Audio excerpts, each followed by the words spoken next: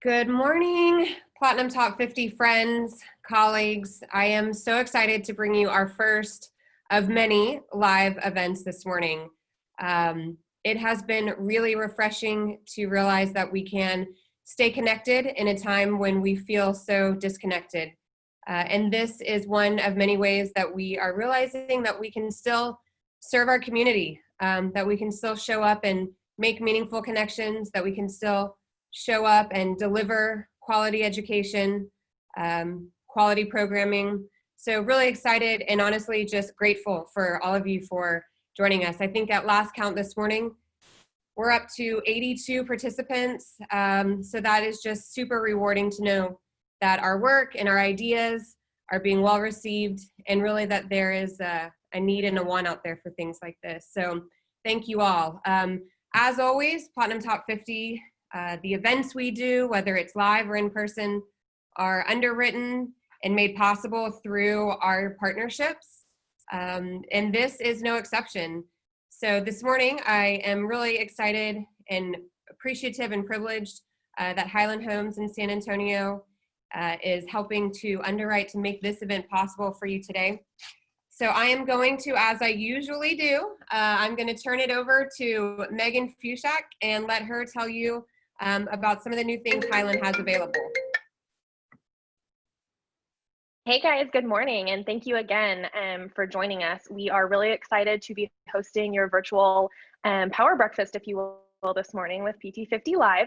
As always, we love partnering with Platinum Top 50, all the affiliates and agents. So we're really excited. I just wanted to give you a brief run over kind of what we're doing with Highland Homes right now.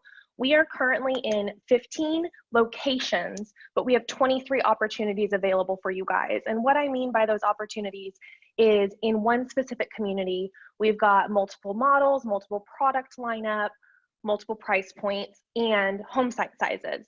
So we're in 15 locations: Bernie, Bulverde, New Braunfels, San Antonio, and Schertz. And within those locations, we've got different opportunities for your buyers. For example, on the far northwest side of San Antonio, Frontera at West Point, we've got 4 opportunities starting in the 280s all the way up to the 600s. So in general, throughout the city, we start in the 260s and we're all the way up to the 700s. And we've got something in between. Anything your client might need, we should have for them. So please feel free to reach out to myself or any of our sales counselors.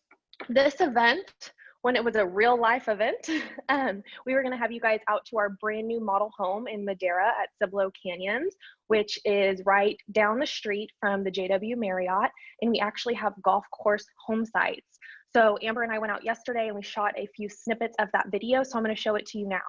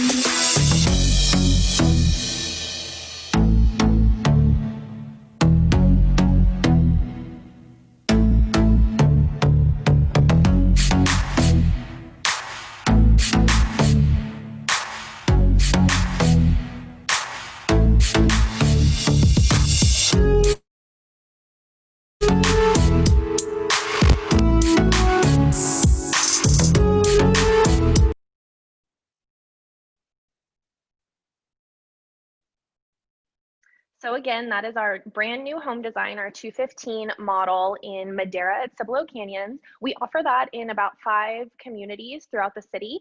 It is a single story, 2,900 square foot home with 4 bedrooms, 3 bath standard, entertainment room, and a study all on one level. So we're really excited about that entire lineup that we've got. Our architecture team has been working really hard trying to stay fresh with all the home designs that we're delivering. On another new and notable note, to be quick with you guys, overlook at Creekside is our brand new community in New Braunfels.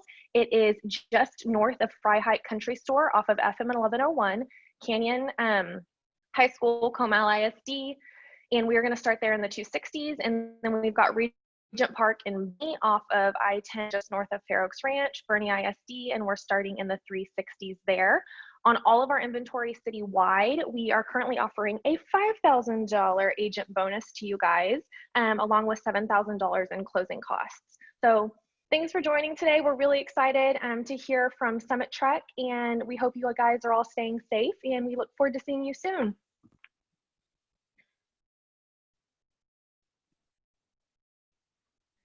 All right, Megan, thank you so much. And I can say I have seen the model at Madera firsthand, and it is stunning. Highland Home builds such a great product, and Madera is no exception. So I know that they have about a handful, I don't know, under 20 home sites left. So it's been very popular, and I know that they're excited to continue working with the agents on that. All right, guys, I am so excited to introduce our presenter today. If I have had a conversation with you in the last 14 months, chances are you've heard me talk about Summit Trek. This is a 24-month executive leadership program that I started last January. So I am now, 15 months into it. I hadn't invested in professional development, as in investing in myself, in the 10 years that I had been a business owner, and I didn't know what I was missing out on. And I can't say enough good things about the coaching, the curriculum, what I've learned, how I've developed into a leader. My team has also gone through Summit Trek's program, and so I can tell you firsthand that you're in for a real treat, and it really is a privilege for me to introduce Brian Schroller. He is one of the executive coaches at Summit Trek, and he's going to take us through a fantastic presentation. So as I go to turn it over to Brian, you know, as you guys are out there listening, taking notes, I just want to remind everyone, we're going to get through this. We're going to get through this together. And the more we know, the more prepared, the more coaching, the more educated we are to make informed decisions, the better we're going to be. So with that, Brian, I'm going to turn it over to you and let you take it away.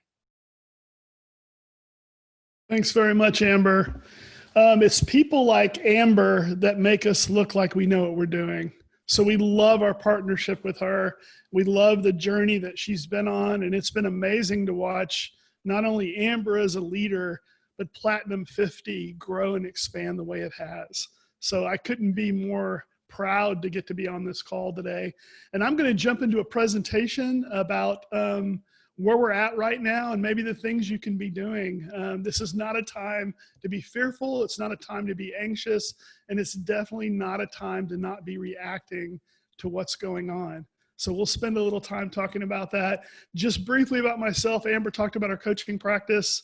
I'm a long-term investment banker that started coaching small businesses about 10 years ago. We have probably 50 current clients. Some are sole proprietors, like some of you. Many are small businesses, and our largest commercial coaching client actually has 4,000 employees.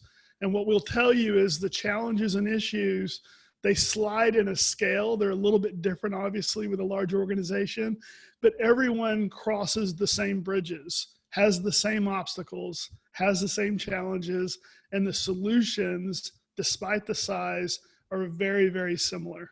So we're very encouraged right now. So I'm going to switch over to share screen, and we're going to launch a keynote, and we'll get started.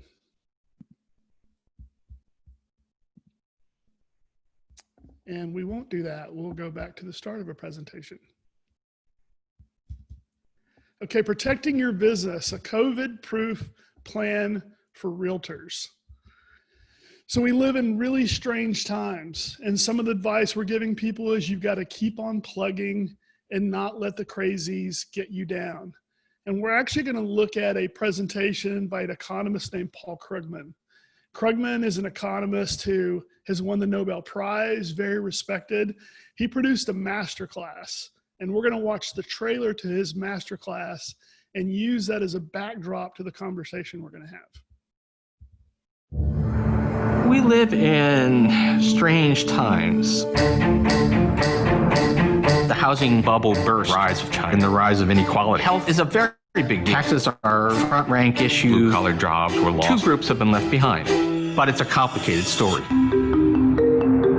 Instead of saying, oh, it's a complicated world, I don't get it, say, all right, let me try to figure this out. Let me make sense of this. Doing economics requires stepping back from all of the details to say, what is the essential here? What is the story?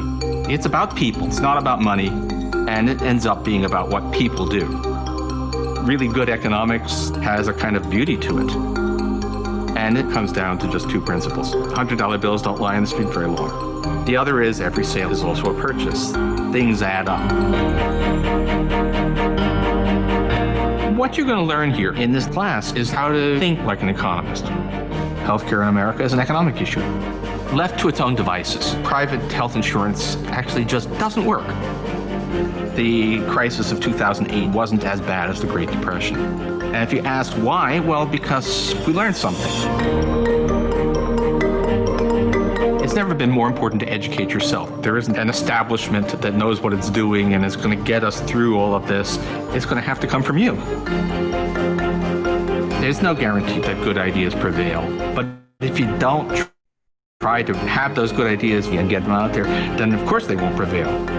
Keep on plugging and don't let the crazies grind you down. So I love some of the things that Krugman says. And he says all this ironically before the coronavirus. We live in very strange times. And it's a very complicated story that we're trying to operate in, that we're trying to live in. And we got to try to figure it out. And we've got to try to make some sense of what's going on. And there isn't an establishment that knows what it is doing that's going to get us through all this. Despite all the machinations going on in DC, despite the stimulus programs, at the end of the day, it's going to come down to you and I. You and I making sound, prudent, and efficient decisions about our business and about our lives. We actually sent you some information about the CARES Act Small Business Assistance Program, and we sent it to you in a form that's really easy to understand. So we hope you'll take a look at that and find some comfort and some understanding about how you can participate in these programs. But be rest assured that plan is not going to solve all the problems that we're facing. And we still need to do prudent things in addition to that. So don't get lulled to sleep by the idea that the government's riding in on a white horse and is going to solve all of our problems.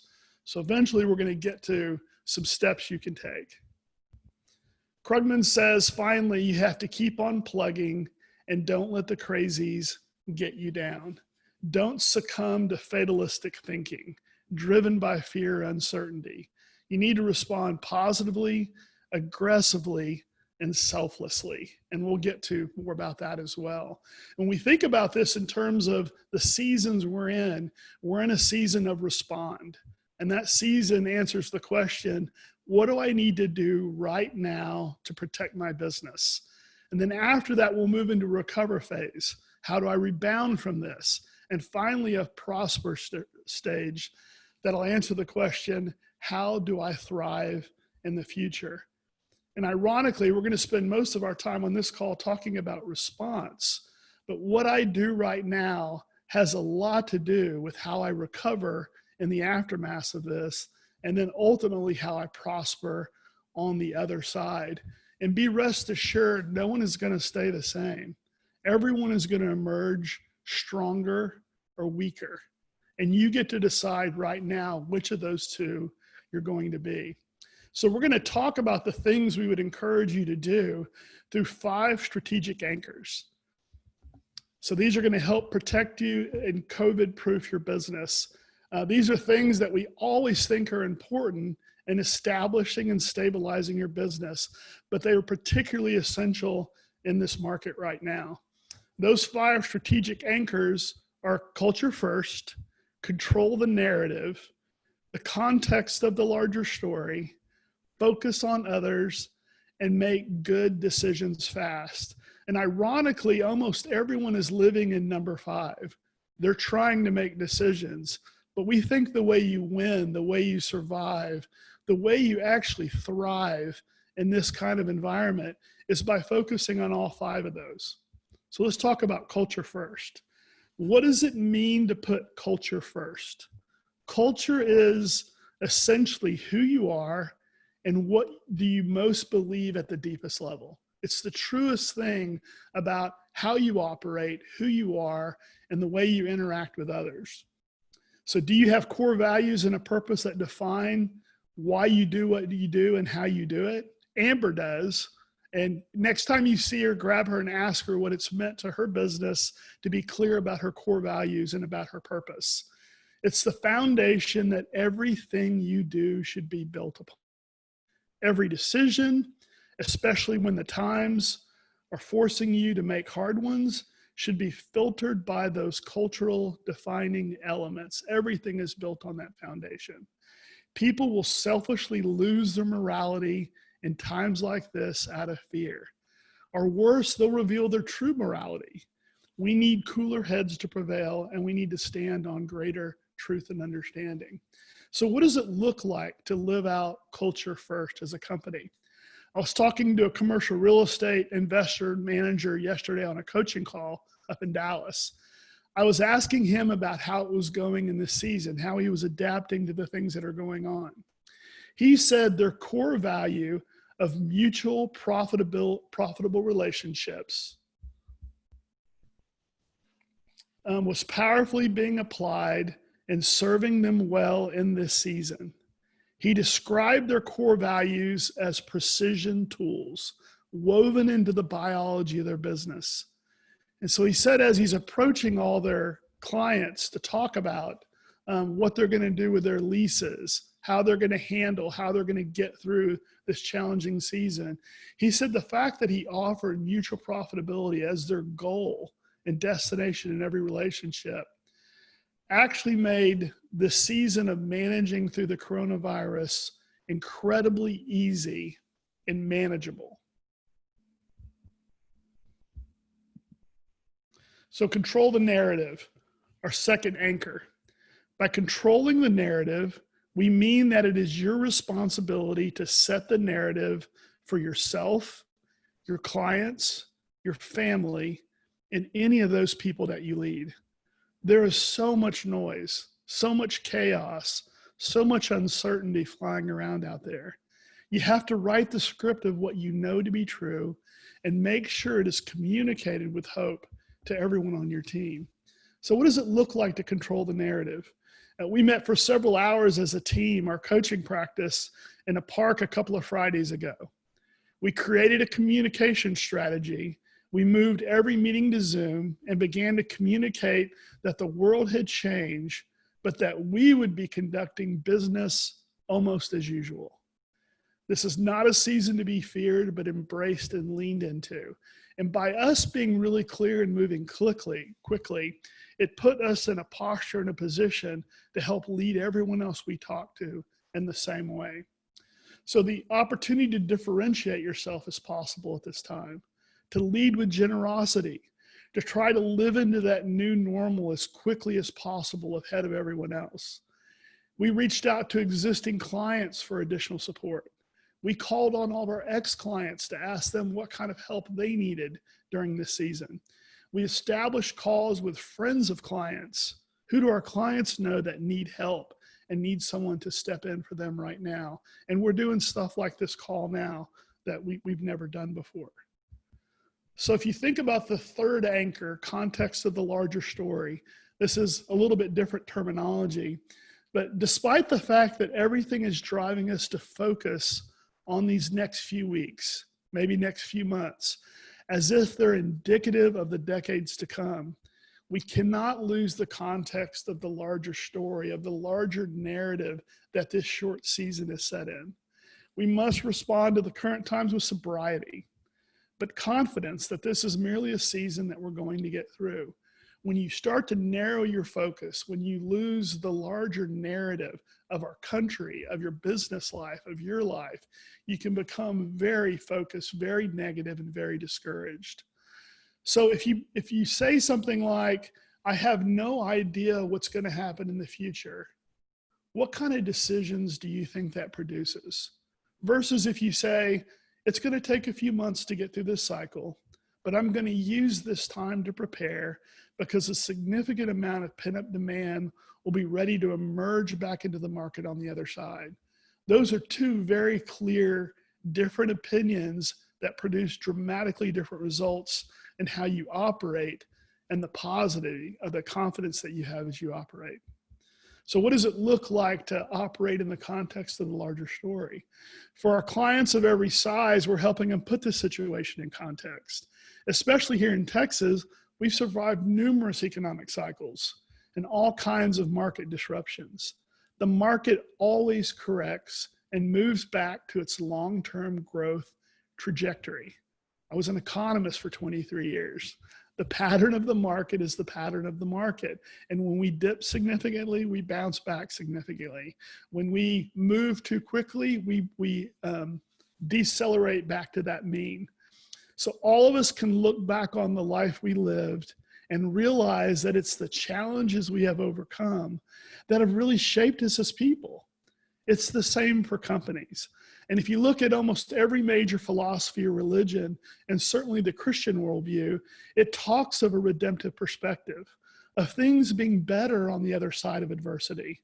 That is claiming the context of the larger narrative. Whatever comes, whatever I encounter, I'll not only move through it, as challenging it as it is, I'll be further proved. I'll be further prepared. A redemptive perspective on that challenge means that I'm in a better place and ready to take on the next challenge. If we can approach the challenge that way as we're in it instead of looking back at it, we can actually move through challenge with a completely different perspective. The psychology philosophy of logos therapy basically is anchored in that very idea. So Mark Batterson's an author, and he says, but as you look back on your history, I hope you're able to connect the dots. I hope reviewing your history gives you a sense of destiny. And I hope you're filled with an inner unconquerableness, because he who began a good work in you will carry it to completion. I hope that you look back across your life and you see how the challenges you face have actually propelled you into the future. I hope that you're seeing your life as better approved. I hope you're looking at the challenges you faced, even as a business, as being things that have actually prepared you, that have given you a sense of confidence. And I love that idea of inner unconquerableness, the idea that there's an inevitability to challenge, but there's also an opportunity on the other side of challenge to become stronger, better, and actually be able to succeed in greater measure because you've been through challenge. It's good to focus on that right now. So our fourth anchor, focus on others. One of the ways you take your focus off your own challenges and become a better human is to look for opportunities to serve other people. Times like this can reveal both the best and the worst in humanity. You can choose to be part of the best and actually ease your own stress and pain. Everyone seems to be a bit more stressed out, but every day holds the opportunity to do a kind and selfless thing if you're open to it and interested in it. Ian McLaren, the author, says, be kind. Everyone you meet is carrying a heavy burden. And Longfellow said, every man has his secret sorrows, which the world knows not. And oftentimes we call a man cold when he is merely sad. The world is full of people right now that are sad, that are carrying a heavy burden. And this is the season where we as leaders, in the different capacities that we're leaders, in our homes, in our businesses, in our communities, with our clients, with the vendors we interact with, we can show a different level of humanity, and we can differentiate ourselves in a way that not only prove who we are, but help heal the land. So what does it look like to focus on others? So we have clients that even before the federal stimulus came out, who set aside money and said, I'm going to burn through some of my wealth to keep my employees paid, even though the business is no longer operating. And thankfully now there's a program that will help them cover that cost.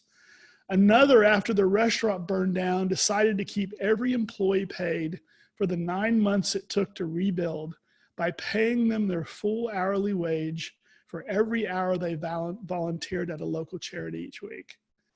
So we have no obligation to pay you, but we don't want to leave you destitute. So not only are we going to pay you, we're going to pay you in a way that actually makes our community better.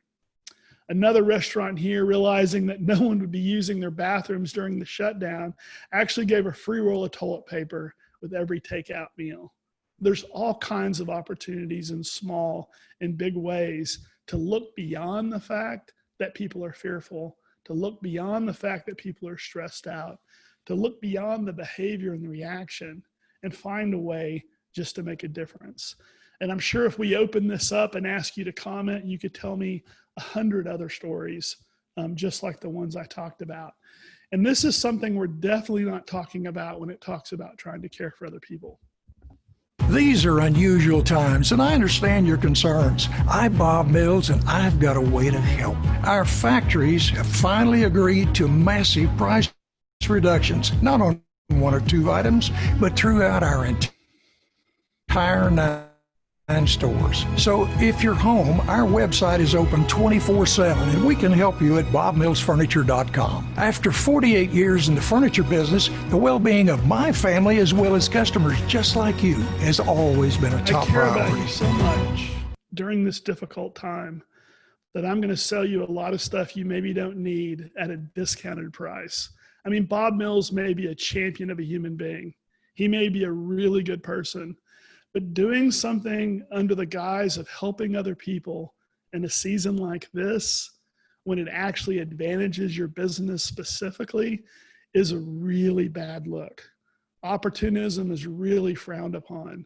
So when you think about how you're going to care for others better, how you're going to take care of staff, how you're going to try to serve the marketplace, you better make sure that it's really pure. Your motive is really right. Because nothing looks uglier than someone in this kind of season saying, I'm trying to help in a way that really only helps them. So our fifth anchor, make good decisions fast. This is where we spent most of the time with our clients and where we'll spend the next few minutes that we have here today. People who not only survive but thrive through these kinds of cycles are the ones who make the difficult changes the quickest. Every day you delay making the hard decisions on expenses or staff shortens your eventual runway by some distance. So in addition to the coaching work we do, we also own some small businesses, and we coach those companies pretty aggressively. And we met 2 weeks ago to look at every expense and divide each of those expenses into 3 simple categories. We've actually given you a worksheet that I believe Ashton is going to email you that has these categories: cut, negotiate, and keep. And since some of you are sole proprietors, we have columns for business if you own a business, and we have some for personal if you're personal. But there were small but surprising list of things, and actually a couple of people that we knew we had to cut. When we sat down and looked at the expenses and went line by line, it became really clear. There were many things that we knew we could negotiate: rent, debt service, marketing spends, and that was, again, even before the stimulus and probably even in addition to the stimulus. Banks and landlords are very motivated to keep you as a client and very flexible right now. So are many of the service providers that we all use. So the other term we use for that is fat, muscle, and bone. Fat is the stuff that should go anyway, whether there is a slowdown or not. And there's nothing like this kind of crisis to force us into the courage of our conviction about things we probably should be cutting anyway. Muscle is the stuff you can do with less of, but still need a certain amount to function. Bone is bare essentials, the barest minimum of what it takes to survive or keep a business afloat. And ironically, whether you own an agency, you're an independent agent, you're a title company, or whatever it is you do, these categories still apply. They may apply more to a personal budget or a personal kind of expense analysis more than a business budget, but the concept is exactly the same. I was talking to a different real estate developer, and he told me that the rallying cry for their family is, if it isn't gas or groceries, they're not getting it. Another thing we talk about is laying out these changes in terms of phases. You can't do everything all at once. And because we don't know the severity or the tenure of the season we're in, it's helpful to look at it in terms of phases. So a phase one, for instance, might be, I'm going to take that worksheet and do a simple cut, negotiate, and keep process. Are there things I know I need to cut? Are there things that I need to look at that I can negotiate? And then there are things that I simply can't do without. Just getting that clear is really helpful. So that might be a phase one. A phase two could look at across the board cuts on compensation, maybe harder negotiating with some items, maybe closing your office and working from home. Maybe it's time to make that leap, at least for a season, and maybe forever. Things have systemically changed in many ways. And finally, phase three. This can be a temporary shutdown of your business, maybe. It may mean dipping into savings. It may be looking at the emergency funding or stimulus when you're thinking you wouldn't do that. It may be letting other staff go. It could be a dramatic change in personal lifestyle. If it's not gas or groceries, maybe you shouldn't get it. And so for each of these phases, we also talk about the idea of developing triggers or determining events. So just having phases laid out with trigger events for entering each phase as we move through this economic slowdown will massively relieve your stress. It'll give you a crucial sense of agency. I'm not only doing something, I'm prepared to do the next thing I need to do. And not only am I prepared to do the next thing, I'm going to keep taking steps the way I'm currently doing it in a way that allow me to survive no matter what comes my way.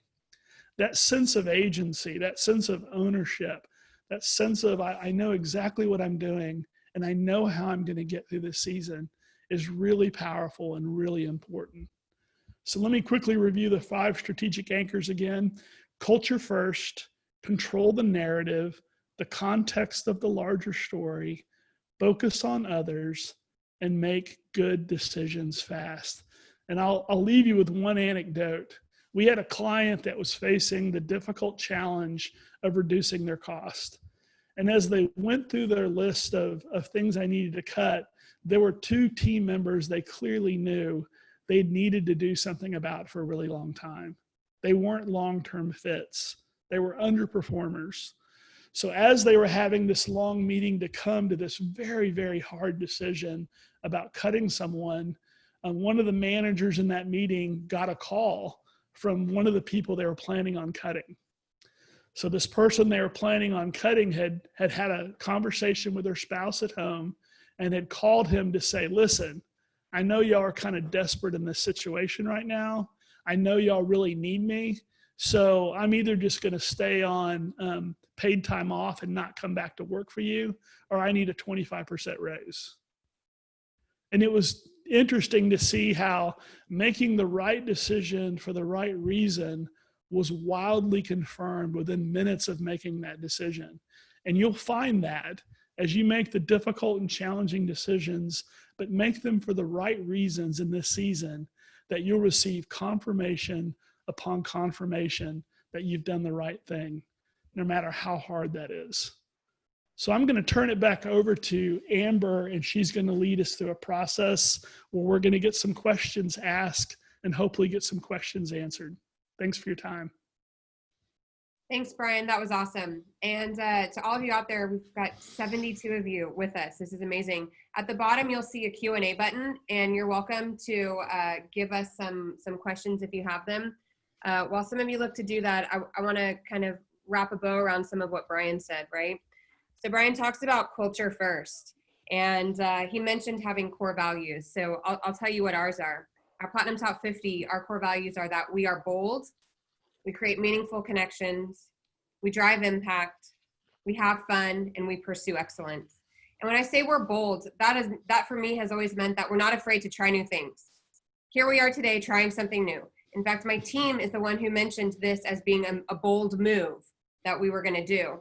We create meaningful connections. We've always done that offline. We've always done that in person, but we're creating meaningful connections online as well. That's a core value of ours. We drive impact.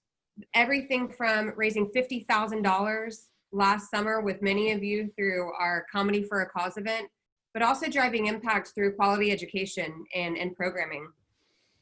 Our other one of have fun, okay? And this is a part of culture. I sensed that my team was a little bit stressed out on Monday at our check-in. And so Monday night I sent them a message and said, hey, why don't we do Tequila Thursday? So quickly the responses came in. I'm down. And so we're gonna have a margarita on Thursday together. That is a part of our culture. That is a part of having fun. That's a part of who we are. And lastly, in the pursuit of excellence, right? So we always wanna deliver excellent programming. We want to represent excellent real estate agents. And so talking about, core values, I'm embarrassed to say that I always kind of thought of that as like frou-frou stuff as a business owner. I never really prioritized it. I didn't get it. And through the coaching of Summit Trek, I get what core values are and the idea that these are things that we hire from and fire from. The core values are what lead us to make decisions or not make decisions. We can always go back to those core values. And so I encourage you to spend some time thinking about that with your business and the idea of culture first, like absolutely.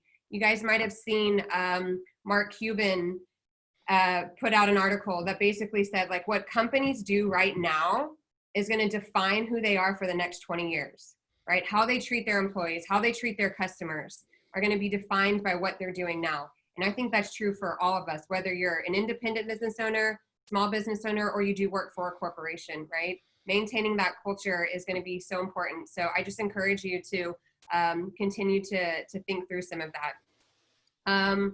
Let's see. If anyone, I don't see any questions coming in, which is great. I want to let you know that we're going to follow this up.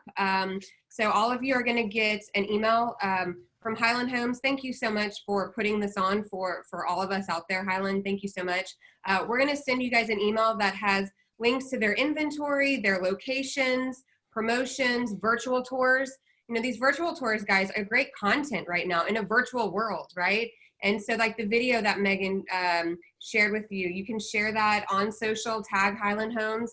And so again, a way for you to use this really valuable content right now that they've put together as a way for you to stay connected with your, buyers, sellers, and so forth. So anyways, we'll send that to you in a follow-up email, as well as ways to get in touch with Summit Trek.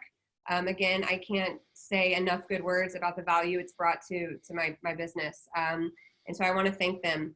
I also want to let you guys know this was our first, but it's not our last. In fact, we've already started to put together some new things. On Friday, we're having our first Ask Your Lender webinar.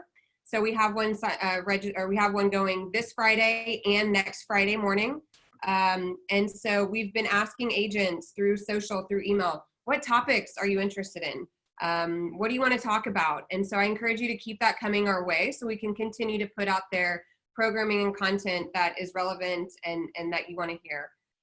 So we have a lot more in store, a lot more to come. I'm so appreciative of everyone for joining us this morning.